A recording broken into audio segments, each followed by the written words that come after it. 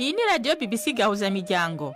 Ivugira i Londres kuri metero 19, 25, 31 na 41 ku mirongo ya FM mu karere k'ibiyaga binini no kuri internet kuri bbcgahuza.com.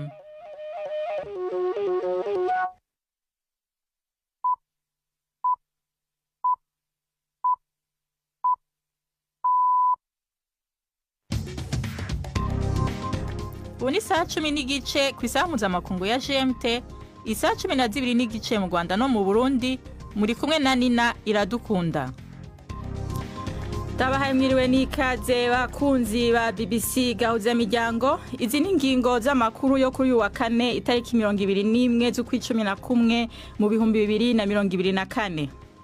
Sentare mpuzamakungu mpanavyaha ICC yasohoye imitahe yo guta muri yompi umushikiranganje wa mbere wa Israel Benjamin Netanyahu, uwahoze ari umushikiranganje wo kwivuna abansi wa Israel Yoav Gallant, hamwe n'umugaba w'ingabo w'umugwi Hamas Mohamed Deif kubera intambara yo mu karere ka Gaza. Ingabo zigwanira mu kirere za Ukraine zivuga ko igisagara ca Dnipro kiri mu buseruko cagabwe k'igitero n'igisasu cyo mu bwoko bwa za misile c'Uburusiya. Abashingwamanza w'umunyapolitike Victoire Ingabire atavuga rumwe na leta y'u Rwanda bavuga ko bahangayishikishijwe cyane n'amajambo Perezida Paul Kagame yashikirije mu mpera z'iyindwi kandi ko abangamiye umutekano wa Ingabire. Tubafitiye n'igikino c'urunana. Aya makuru ahagarariwe na Mark Niyonkuru.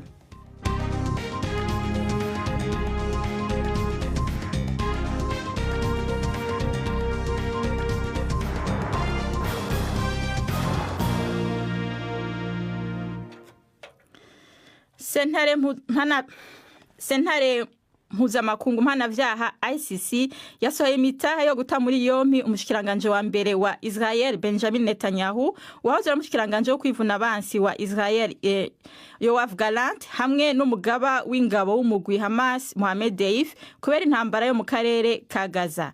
ICC yavuze ko hari imvo zikwiriye zo kwizera ko bwana Netanyahu na bwana Gallant bompi bafise uruhara ku caco mu ntambara cyo kwishisha inzara n'ibindi vyaha byo guhohotera abantu, hari mu bwicanyi, ugutoteza n'ibindi bisisikaza ikiremwa muntu.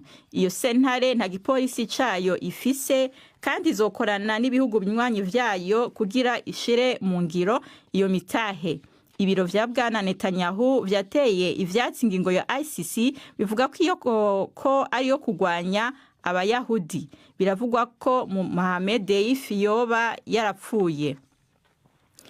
Abayobozi b'ibitaro byo mu buraruko bwa Gaza bavuze ko abantu benshi bishwe mu ijoro mu bitero vy'indege vya Israel. Nta gisirikare ca Israel kirabivuga ko. Intumwa ya Amerika mu buseruko bwo hagati Amos Hochstein yitezwe kuhura n'abayobozi ba Israel mu gihe ariko aragerageza guhagarika intambara ya Hezbollah iriko ibera muri Libani. Ni inkuru ya Yolande Nere mwumva mw'ijwi rya Jacques Niyitegeka. Amatsinda y'abatabazi muri Gaza aravuga ko ibikorwa by'ubutabazi byo gushakisha abo byagizeho ingaruka byatangiye nyuma y'uko Israel isukiye ibisasu ku nyubako zitari munsi y'eshanu i Beit Lahia no mu mujyi wa Gaza. Ibitangazamakuru bibagamiye kuri Hamas bivuga ko abantu benshi bishwe kandi ko benshi barengewe n'ibinonko, muri bo hakaba harimo abagore n'abana. Igisirikare cya Israel giherutse gukaza umurego mu bitero byacyo mu majyaruguru ya Gaza, aho kivuga ko kiri mu kubuza Hamas kongera kubyutsa umutwe. Abakozi bo mu buvuzi baravuga ko bahanganye n'ikibazo gikomeye cyo kuvura abakomeretse, mu gihe imiryango itanga imfashanyo ku bari mu kaga ivuga ko itari mu kubasha kugeza ibintu by'ibanze muri ako gace. Hagati aho umuhuza wa Amerika Amos Hochstein yageze muri Israel avuye Beirut. Yavuze ko habona ko hari amahirwe menshi yo guhagarika imirwano muri Libani.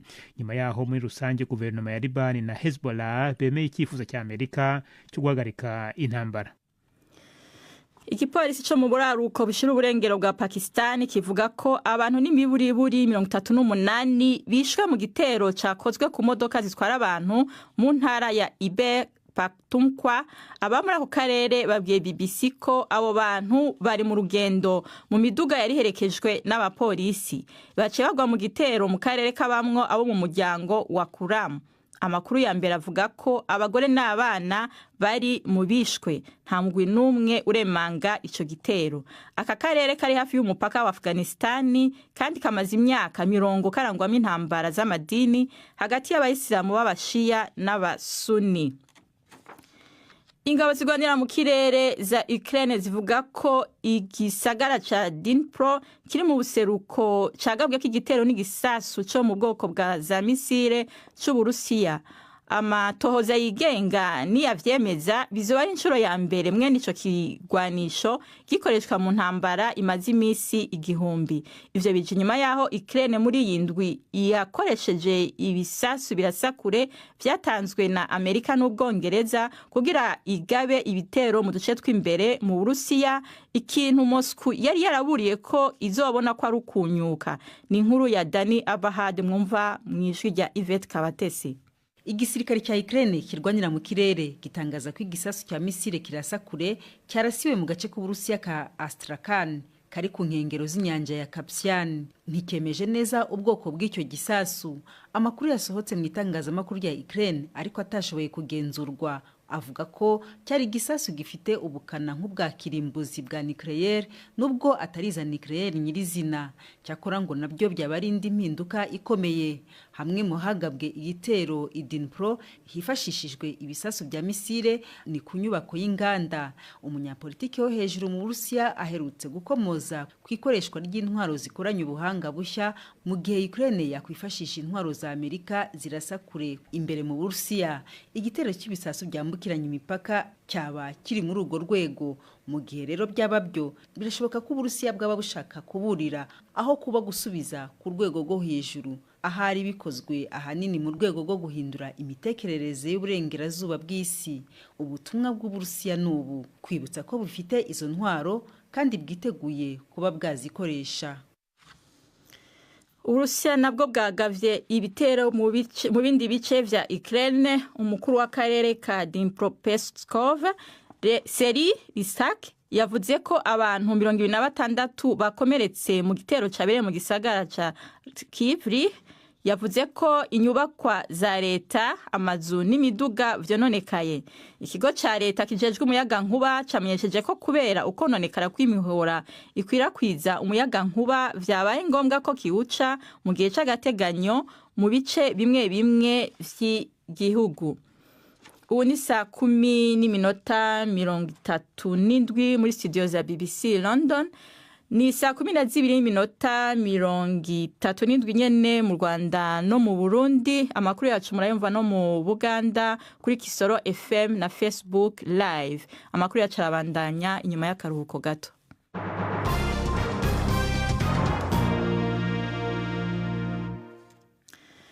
Abashingwamanza w'umunyapolitike Victoire Ingabire atavuga rumwe n'ubutegetsi bw'u Rwanda bavuga ko bahangayikishijwe n'amajambo Perezida Paul Kagame yashikirije mu ihuriro ngarukamwaka rya 17 rya Unity Club mu mpera z'indwi iheze. Bavuga ko akurikiye ayandi yavuze mu mezi aheze kandi ko abangamiye umutekano wa Ingabire. Twashatse kumenya igituma biyumvira ko Perezida Kagame ari we yari ko aratunga urutoke, maze twakura Ian Edwards umwe mu bashingwamanza biwe adusigurira impungenge zabo aho zihagaze.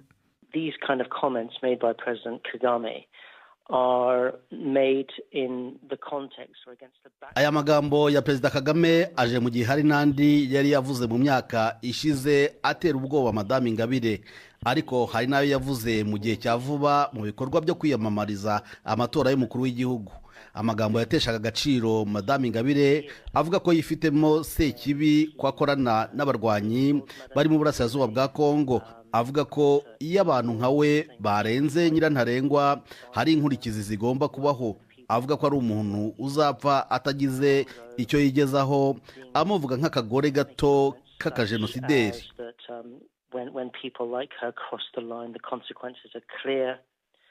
That she's a person who will not achieve anything until she dies, and describing her as a small woman. Aya si amagambo asebanya gusa, ahubwo anateye impungenge bikomeye kuko mu Rwanda habayeho amateka yaho abatavuga rumwe na leta bacecekeshwa cyangwa bakaburirwa irengero. abicwa cyangwa batabwa muri yombi by'amaherere, abakorerwa iyicarubozo ndetse n'ibindi bikorwa bigaragaramo umuco wo kudahana. Kuba rero perezida w'u Rwanda yavuga amagambo nk'aya ateye ubwoba bishobora gutuma habaho impungenge z'uko abantu bashobora kugira imyitwarire yahutaza Madame Ingabire n'abandi batavuga rumwe n'ubutegetsi, kuko ibyo bamukorera byose bishobora kudahanwa.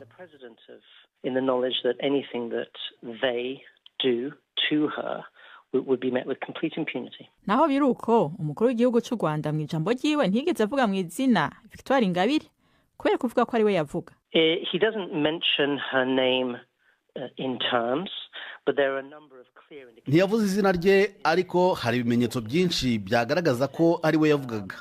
Mu ijambo rye yanenze abantu bahawe imbabazi bagasohorwa aho bari bafungiye. Madame Ingabire ni umwe mu batavuga rumwe n'ubutegetsi warekuwe na Perezida Kagame mu myaka ya vuba aha, kandi tuzi ko ibikorwa bye bikomeje kurakaza ishyaka riri ku butegetsi. Prisoners to have been pardoned by President Kagame in recent years. Ikindi cyerekana ko yavugaga Ingabire ni uko yavuze abantu bashimagizwa n'abantu bo hanze y'u Rwanda bashimwa ko aribo bashyigikiye demokarasi. Madame Ingabire aherutse kuvuga ku butabera n'amavugururwa ya politiki mu Rwanda. Australia ikaba yaramugaragaje nka nyambere mu guhirimbanira demokarasi, uburenganzira bwa muntu ndetse n'ubutegetsi bwubahirira amategeko. And that Australia had publicly referred to her as being a champion of democracy, human rights. Perezida Kagame yavuze mu Kinyarwanda kandi abwira Abanyarwanda ku buryo nta muntu mu bo yabwiraga wakwibeshya ku muntu yashakaga kuvuga ubwo yavugaga abantu bababariwe kandi bashimagizwa n'abantu bo hanze y'igihugu. Abo yabwiraga bazi neza uwo yavugaga. Mentions people who've been pardoned and people who are praised by outsiders for being advocates for democracy. His audience knew exactly who he was talking about. Umukuru w'igihugu ca Kenya William Ruto yahagaritse amasezerano abiri akomeye y'ishirahamwe ry'ubuhinde ryitwa Adani Group inyuma yaho abarongozi b'iryo shirahamwe bagirijwe ibiturire n'abashingwamanza bo muri Amerika. Mu ijambo yashikirije igihugu, Bwana Ruto yarakuyeho uburyo bwo gutanga amasoko yo kwagura ikibuga c'indege ca Nairobi hamwe n'amasezerano y'amamiliyoni y'amadolari yo kubaka amayira y'amashanyarazi. Ubutegetsi bwiwe bwamye bwagirizwa biturire kandi yari yarasezeranye ko azogira ico akoze igihe hoba hari ibimenyetso bitabesha vy'ibiturire.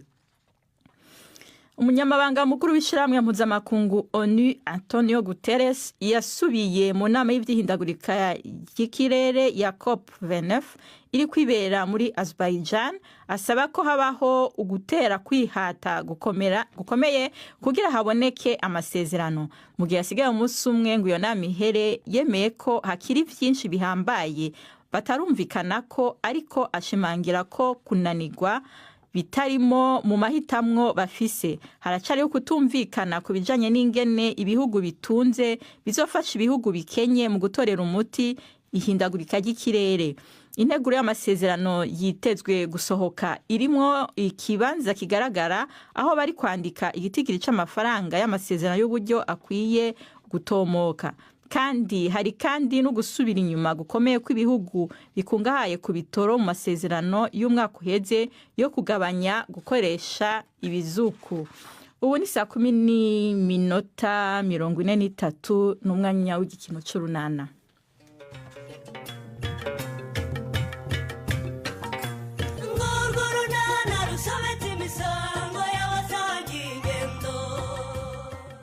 Rero akataje mu mugambi wo kwigarurira Chris. Kwaruremesha bo mu byababayeho babikuyemo amasomo akomeye. N'urunana. Ese burya warukiri hano Reya? Nari mbari nuko nari negetseho sori. Ariko wambaye neza we mukobwa mwiza. Uyu munsi urajya kumureba ariko. Urajya kumureba si gusa pe, mbega umukobwa uberewe. Okay, oya nta gahunda dufitanye. Ariko mpora niteguye ko yampamagara cyangwa tugahura akampa lift nyine. Akayima ndi ku micyo. ntacyo mvuze ntiteranye nako iyo wumva umugabo reya nanjye ntabwo wari kungendana ndakurahiye ntabwo ari kuncika ahubwo uranyibukije sori nimugoroba nabonye murumuna wawe hano kubera ukuntu asigaye andeba ikijisho ntinya kuhagera ntagende agushakaho iki se ko Chris atari Philippe umugabo we ndabizi se wa mubyeyi we yongeye kumvuga se utiyongeye kukuvuga cyane rwose yarazamwe no kunyiyama yewe ngo sinkwiye kugushyigikira ngo no kunsomera yewe ngo nakubwiye amabanga ya Rumarimo sori niba hari andi makuru yuzuye yamfasha kumusenya nkegukana Chris ndayashaka rwose nawe ari ku rugamba nyine wararwambariye pe cyane rwose sori nubwo murumuna wawe ndeba ikijisho sugira ngo hari ijambo yatinyuka kumvugisha yumvise mbiza afunga umunwa ntamubaje ntese Agnes uvugira waba uzi ko afite umukobwa w'inkumi witwa Lopez yabyaranye n'umugabo witwa Semana mbona isaba nk'imboga zikubiswe n'umuriro kaye urumva se utaramunyamuruyeho sori ubwo uzi ukuntu ariko yari amereye nabi Chris yarafashwe ukwiye kumugendera kure ntuvangire undi mwana uzi neza ko bakundana sikiwato namukubise ijambo ahita acuba ariko mana yanjye buriya narumiwe pe murumuna wanjye rwose sinzi impamvu ashaka gushyigikira Agnes gutuburira Chris ubu Chris ndamufite mu biganza byanjye sori komeza ndabizi neza ko namenye iyo nkuru azahita akatira Agnes ntaziteshwe igicuruzwa kikiri mu iduka ngo ajye kugura icyakoreshejwe ari wowe ufite kashi zawe se wagura umwenda wambawe hari umushyashya umanitse hejuru we wabikora noneho urangije bivuga ngo noneho Agnes ni umwenda wambawe cyane rwose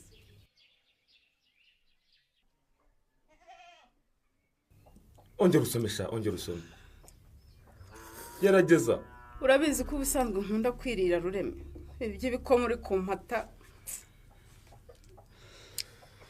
gerageza n'ukuri kw'Imana rwose murebe karame Rureme habuze gato rwose ngo nkubure mugore wanjye nkunda cyane wari umfakaje pe naraye mpagaze muri iyi nzu ariko Mutoni wase n'umugwaneza bambaza icyo nyine yabaye nkabura icyo mvuga rwose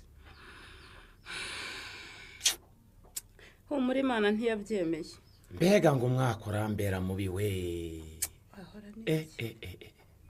imvura yitumba igira irya ikinkanga mu murima wanjye inyamamare yanjye nziza nkunda cyane nayo yari mfite umukamo mwinshi amashasha barayihitanye none n'umugore wanjye koko rutinyuka rumugera amajanja urabivuze numva birakabije Rureme cyangwa wa mugabo we warakaje abakurambere biwanyu ndarengana niganiriraga da nyamara rero ngo kuri gushirira mu biganiro umuntu akwiye kugira icyo akora rwose ugaterekera abo bakurambere se Rureme oya da wibuke ko nabatejwe nitwa Gaspari Murebwaye nuko nyine nagiye mu kiruhuko cy'izabukuru imburagihe mu birebana no gusenga ariko ndi umukristo da ndi uwa Yezu rwose ayiwe wimpuhura Ruremesha we ngo mu birebana no gusenga wagiye mu kiruhuko cy'izabukuru imburagihe none se ndakubeshya mperuka kujya gusenga kuri Noheli iyo mu wihe mwaka koko yewe nanjye simbizi kandi rwose singutera ibuye nanjye ntahomba nagiye ngo kwikubita agashyi rero tukajya gusenga rwose tugashima Imana ko muri ibyo byose byabaye nta cyaduhitanye kandi byose byarashobokaga uvuze ukuri Rureme ikindi ni ukumenya neza ibishobora guhumanya umuntu akabyirinda urumva ndabyumva iyo amenya ko ririya cupa twakuyemo umuti twateye mu myaka rishobora kungirira nabi sinari kurinywesha amazi icyitwa ishashi cyose yego ibicupa nk'ibyo bivamo imiti ihumanya ni ibintu ngomba kugendera kure cyane n'abana bagomba kubyirinda bakabimenya yewe n'Imana ibyumve rwose niteguye kuyegera nkayishimira ko yakurinze nandayisaba kuturira ikazatwambutsa umwaka watubereye mubi cyane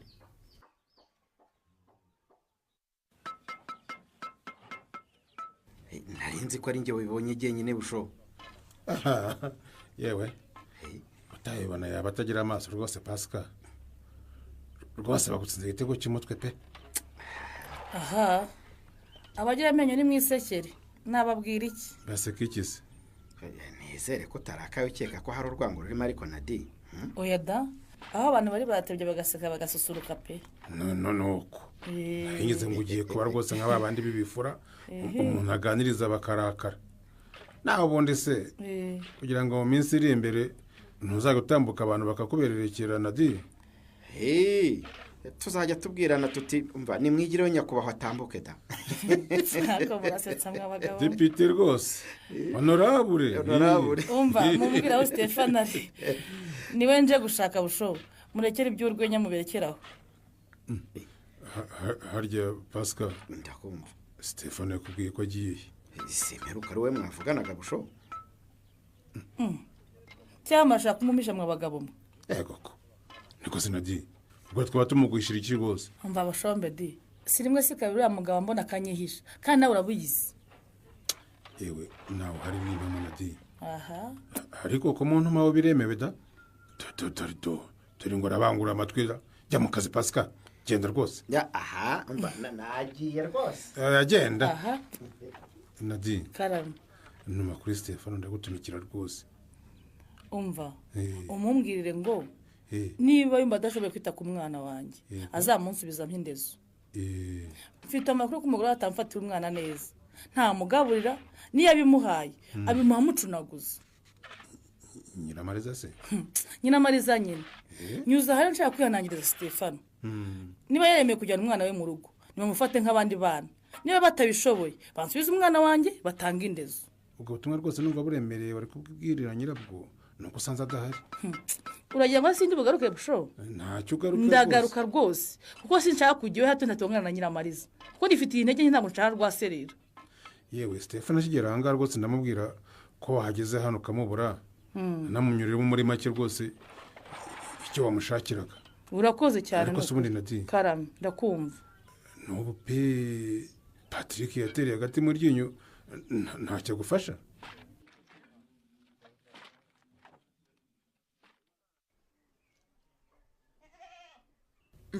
ese hagize uy'inkwakuzi uronga izo mbuto tuzanye agahereza umurwayi badi. wigira uwugora Nyiramari ndacyahazi ruremesha uri muri uru rugo ntanyoroheye arampata ibiryo n'ibinyobwa buri kanya. ko nkumva umugabo wagufashe nk'icyana cy'inyoni murebwaye. yewe reka mufate nkacyo yaramuciye mu myanya y'intoki pe makora mureke pe. umeze ute se disi murebwaye. urebye maze koroherwa hasigaye imbaraga ubundi ngasubira mu mirimo yanjye. yewe niba hari umuntu ukwiye gushima Imana ko murebwa iringu yakize nige rwose mwababyeyi. yewe ndibuka ko twavuye ku bitaro ubwoba bwakurenze sori. abutandenda sori nawe ari gutuma n'abantu bamushinja icyaha atakoze. ariko namwe nimwishyire mu mwanya wanjye koko noneho mutekereze iyo murebwa iradakira ubu koko mbameze nte. abantu bose bari kugushinja urupfu rwe da cyane ko inkuru yari yabatangiye kuba kimomo kwa murozi. murebwa ni ukuri Imana yagukijije yarakoze cyane pe. ubu niwe muhamya wo kuvuga ibyabaye no kunkuraho icyo cyasha koko. haleluya. yewe ntawe nari kuba ngusize wa mubyeyi we. Mana yanjye we ubuzima bwanjye bwose nari kwitwa umurozi we. umenya nta muntu n'umwe wari kuzongera no kumpa amazi. utanatambutse ngo bagutera amabuye. yewe nari kugusiga mu bibazo kandi ari jye wizize sori nawe. ibintu byose rero biberaho kwigisha umuntu. ubu mwese nizere ko imiti yose ihumanya n'ibicupa yajemo ari ukubigendera kure. ni nk'iyamenyera Mari burya natashye niruka kuko hari igicupa cyari kimaze iminsi giteretse ku idirishya kandi hari haravuyemo umuti umugabo wanjye yari yarakoresheje atera ibiti yahinze. shahara amakuru tutari dufite pe. ibintu by'imiti ihumanya n'ibikoresho bapfunyikamo sinabyitagaho pe. reka ubu nabyo ni ukubyirinda rero. noneho rero twe tugifite abana bato akabyara nitutitwararika bizatumaraho urubyaro cyane pe. ndeka wasangaga ayo macupa nyandarika aho mbonye ariko murebwa yararankanguye. anye ngaho mbwira rero Chris mumeranye muti nkubaho uyu munsi ugereye mwavuganye. turavugana rwose akenshi nawe umpamagara nkuba arampamagaye nibereye mu kazi arambwira ngo rwose mutegereze aze kumara ifite niwe ungejeje hano. gusa nta byinshi mvuga Budensiya mubwira amagambo abazi nta nubwo muha umwanya na muto rwose ushoboka. ntimunyumvira kandi none se kubera iki?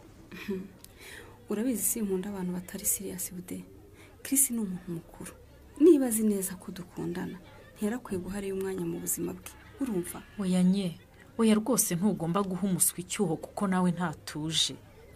Inde muswa? Reya. Naringize ngo ni Chris we. reka sinakwita sheri w'abandi umuswa, ndavuga Reya nye, ubu ni nacyo nje kukubwira. Noneho yiteguye gukora iki se Budensia? Shanye, ubu afite intwaro yo kugutandukanya na Chris. Ngo iki bude? Intwaro igenda ite? Ubu se ndabikubwira ntera. Ese nk'ubu nicyo utinya kumbwira koko bude? Anye, ibyo wibwiraga ko ari ibanga ntabwo bikiri ibanga. Ngo iki?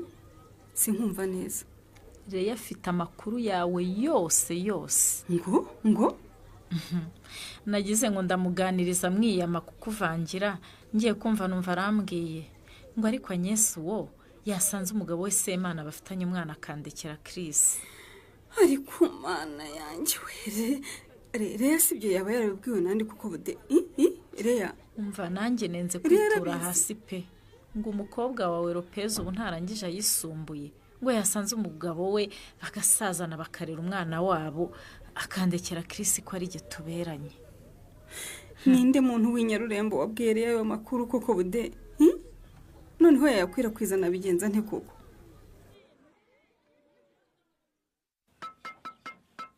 Ariko ubundi iyo umuntu ameze atyo ko yitonda nkaba numva wowe ukiri nyiramasasura. Umuntu abo ko abana bifuza ko abanyiramari. Nadi, ubwo uvuze ayo magambo yose kuko nkubajije ikikugenza hano. Nyavuze kuri amakuru mfite di. Kandi ikindi kuza hano ndabyemerewe. Niho se umwana wanjye akora. Kutagiye kwa Patrick se we waguteye iyo nda? Ntunyure nyiramari. Nta mugabo ngira ngo namuciye inyuma. Bityo mfite uburenganzira bwo kubyara n'umugabo wese nshaka. Warangiza ukajugunya abana wabyaye. Nta mwana wanjye najugunye. Namwohereje kwa se. Nuko hasanze umubyeyi gito. Niba ndi umubyeyi gito se wowe uri umubyeyi nyabakidi unanirwa kurera abo wabyaye. Ntumfatanye n'ibibazo ndimo ngo nyurire nyiramari. Nkwiyame. Niwo bitangiye Nadi. Ari njye nawe umubyeyi gito ninde nakubajije. Nutinyo kwinjira mu zakarya size umwana hanze. Yewe mama ubwo rero nguravuse. Muzajya mwibagirwa ko mwabyaye mujye mwiraha ngo Nyiramariza azabarerera. Utereze wabandi se yareru. Nyiramariza sindi umuyaya wawe sindi n'uwa Stefano. Uranyumva neza? Niba ushakira umwana wawe amahoro uzumumvanire mu rugo. Mukuvanire mu rugo. Nuko mukangisha uzi ko warusohoka muri mugo akinjiramo. Uravuze ngo azasohoka mu rwinjiramo Nadi. Baragushutse we. Ndakubwiye ngo icyo ziri kwa Stefano kandi se umugore akunda kurusha abana. Icyo kwaturusha nduko hageze bwa mbere di. Witonde rero kuko isani se warusohoka muri mugo akinjira. Umunsi nzaba ndi umuramba ariko. Shebana mu bari ko buri. Kuko nkiri muzima ibyo mubyibagirwe. Uranyumva neza Nadi, gabanya urusaku uze tujyanirane. Utwara umuhungu wawe kuko sizarerera bapfuye ngo nderere n'abazima. Nyiramariza kuriye Nadine inzira ku murima. Nadine agiye gukora iki? Ntuzacikwe n'ikiganiro Urunana cy'ubutaha. Ikinamico Urunana mwitegurirwa n'umuryango Urunana Development Communication, mukayikurikira kuri radio BBC kuwa 2 no kuwa 4 saa 12:45 z'umugoroba. Ikinamico Urunana kandi mwayikurikira kuri YouTube. Kuyigeraho andika ijambo Ikinamico Urunana Official maze utange n'ibitekerezo. Uramutse ufite ikibazo cyangwa igitekerezo kandi wifuza kutugezaho, watwohereza ubutumwa bugufi bwanditse kuri telefoni igendanwa 0783 18 10 64. Mushobora kandi kunyuza ubutumwa kuri page yacu ya Facebook. Kuyigeraho no kwandika ijambo Urunana. Tubibutse ko tubagezaho ikiganiro gikuyemo ibice by'Urunana twumvise mu cyumweru. Icyo kiganiro tukibagezaho ku cyumweru saa 9:30 za mu gitondo na saa 11 z'umugoroba kuri BBC. Dusubikiye ikiganiro Urunana cy'uyu munsi naho butaha. Barakoze abo mu gikino cy'Urunana. Mbere yo kubasezera tubabwire ko sentare mpuzamakungu mpanavyaha ICC yasohoye imitahe yo guta muri yompi umushikiranganje wa mbere wa Israel Benjamin Netanyahu, wahoze ari umushikiranganje wo kwivuna abansi wa Israel Yoav Gallant, hamwe n'umugaba w'ingabo w'umugwi Hamas Mohamed Deif kubera intambara yo mu karere ka Gaza. Ingabo zigwanira mu kirere za Ukraine zivuga ko igisagara ca Dnipro kiri mu buseruko cagabwe k'igitero n'igisasu cyo mu bwoko bwa za misile c'Uburusiya. Amakuru yacu rero agarukiye ngaha, hamwe yashikirijwe na Nina Iradukunda, mu buhinga bw'ivyuma twafashijwe na Susan Lennon. yarahagaririwe na Mark niyo nkuru mwakoze kudutega yompi na Gahwana.